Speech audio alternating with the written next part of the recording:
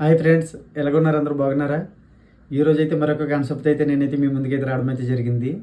So ఈరోజు వచ్చేసి concept వచ్చేసరికి ఏంటంటే process of filling A civil case. Advocate అయితే ఎవరున్నారో సో సివిల్ కేసుని ఫైల్ చేయడానికి ఏ విధమైన ప్రాసెస్ ఉంటుందో అనే కాన్సెప్ట్ గురించి అయితే మనం ఇప్పుడు తెలుసుకుందాం.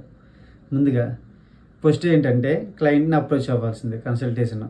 సో ఫస్ట్ స్టెప్ ఏంటంటే ఇదేంటి కంపల్సరీ అయితే క్లయింట్ ఎవరైతే ఉన్నారో వాళ్ళని అయితే మనం అయితే అప్రోచ్ అవ్వాల్సి ఉంటుంది, కన్సల్టేషన్ అయితే అవ్వాల్సి ఉంటుంది. దాని తర్వాత ఏంటంటే డ్రాఫ్టింగ్ అండ్ ప్లేయింట్. సో ఇక్కడ ఏంటంటే ఖచ్చితంగా అయితే ప్రాపర్ డ్రాఫ్టింగ్ అనేది కంపల్సరీ కావాలి. అదేవిధంగా ఈ అడ్వకేట్ ఎవరైతే ఉన్నారో ఆయన ఏదైతే ప్రిపేర్ చేస్తారో డాక్యుమెంట్స్ని దాన్ని మనం అక్కడైతే ప్లేయింట్ కింద భావిస్తాం. ఇందులో ఏమేమి ఉంటాయి అంటే ఫ్యాక్ట్స్ అని ఉంటాయి, ఫ్యాక్ట్స్ డీటెయిల్స్ మొత్తం అన్నీ కూడా అయితే ఈ డ్రాఫ్టింగ్లోను. అదేవిధంగా ఎవరైతే ఈ అడ్వకేట్ అయితే ఎవరైతే ఉన్నారో వాళ్ళు ప్రిపేర్ చేసిన ఈ ప్లేయింట్లు అయితే మొత్తం అన్ని డీటెయిల్స్ అయితే కంపల్సరీ ఉంటాయి.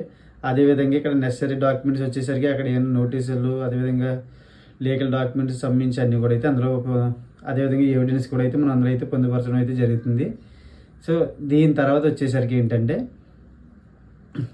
తర్వాత స్టాంప్ డ్యూటీ అండి. So stamp duty and court fees సంబంధించి అయితే ఉంటాయి. ఈ కోర్ట్ ఫీజు అనేది ఏంటంటే మనం పర్టికులర్గా చెప్పడానికి అయితే ఉండదు. ఆ ప్రాపర్టీ వాల్యూని బట్టి ఉంటుంది, దాని మార్కెట్ వాల్యూని బట్టి లేదా ప్రాపర్టీ వాల్యూని బట్టి. సో దీని మీద అయితే బేస్ చేసుకుని అయితే ఉండడం అయితే జరుగుతుంది. ఇవి కూడా ఏంటంటే కోర్ట్ ఫీజు యాక్ట్ ఉంటుంది. సో దాంట్లో అయితే కరెక్ట్గా అమౌంట్లు అయితే అక్కడ క్లియర్గా అయితే ఉంటాయండి. అదేవిధంగా దీని తర్వాత స్టెప్ వచ్చేసరికి ఏంటంటే next filling the court. So A court మన సివిల్ కోర్టులోకి వెళ్తున్నాం కాబట్టి సివిల్ కేసు కాబట్టి అది జూనియర్ సివిల్ జడ్జి లేకపోతే సీనియర్ సివిల్ జడ్జి, అదేవిధంగా డిస్టిక్ సివిల్ కోర్టులు. సో ఈ కోర్టులకి అయితే మనం ఫిల్ చేసుకోవాల్సి అయితే ఉంటుందండి. అదేవిధంగా స్క్రూనిటీ అండి. సో స్క్రూనిటీ వచ్చేసరికి ఏంటంటే ఏదైతే మనం ఇచ్చామో డాక్యుమెంట్స్ అన్నీ కూడా అయితే అక్కడ వెరిఫై చేయడం అయితే జరుగుతుంది.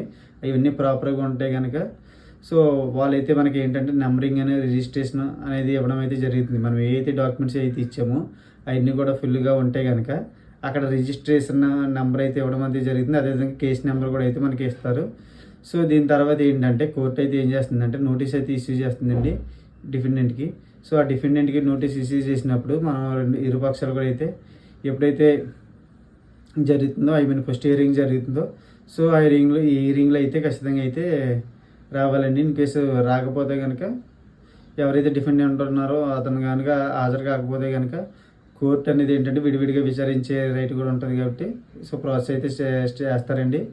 సో అదేవిధంగా ఎవరైతే ఆ డిఫెండెంట్ ఉన్నారో ఆ డిఫెండెంట్ ద్వారా ఏంటంటే ఇచ్చే స్టేట్మెంట్ని రిటర్న్ స్టేట్మెంట్ ద్వారా తీసుకోవడం అయితే జరుగుతుంది. దీని తర్వాత మళ్ళీ అడ్జర్మెంట్ వాయిదాలు అయితే జరుగుతుంది. ఇంకా వాళ్ళకి ఏమైనా ఫ్యాక్ట్స్ ఎవిడెన్సెస్ ఏమైనా కావాలంటే సో అడ్జర్మెంట్ కోరుతూ ఉంటారు వాయిదాలన్నీ. ఇలాగ మనసు ఇవన్నీ జరిగిన తర్వాత ప్రాసెస్ జరిగిన తర్వాత ఆ తర్వాత ఏంటంటే ఎవిడెన్స్ అనేది మనం సబ్మిట్ చేయడం జరుగుతుంది. సో ఎవిడెన్సెస్ అయిపోయిన తర్వాత ఆర్గ్యుమెంట్స్ జరుగుతాయండి. సో ఈ ఆర్గ్యుమెంట్స్ అన్నీ కూడా కంప్లీట్ అయిన తర్వాత ఫైనల్గా ఇచ్చేది ఏంటంటే జడ్జిమెంట్ అండి. సో ఈ ప్రాసెస్ అయితే జరుగుతుంది.